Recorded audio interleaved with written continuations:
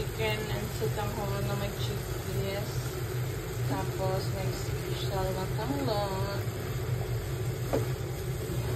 Mamaya guys, kita nyo yan. So yun na guys, nilinig ko na yung sotanghon. Kasi hindi ko siya nakita. O diba? Ang sarap. Sarap nito. May sabaw. Mainit na mainit. Hindi lang sotanghon.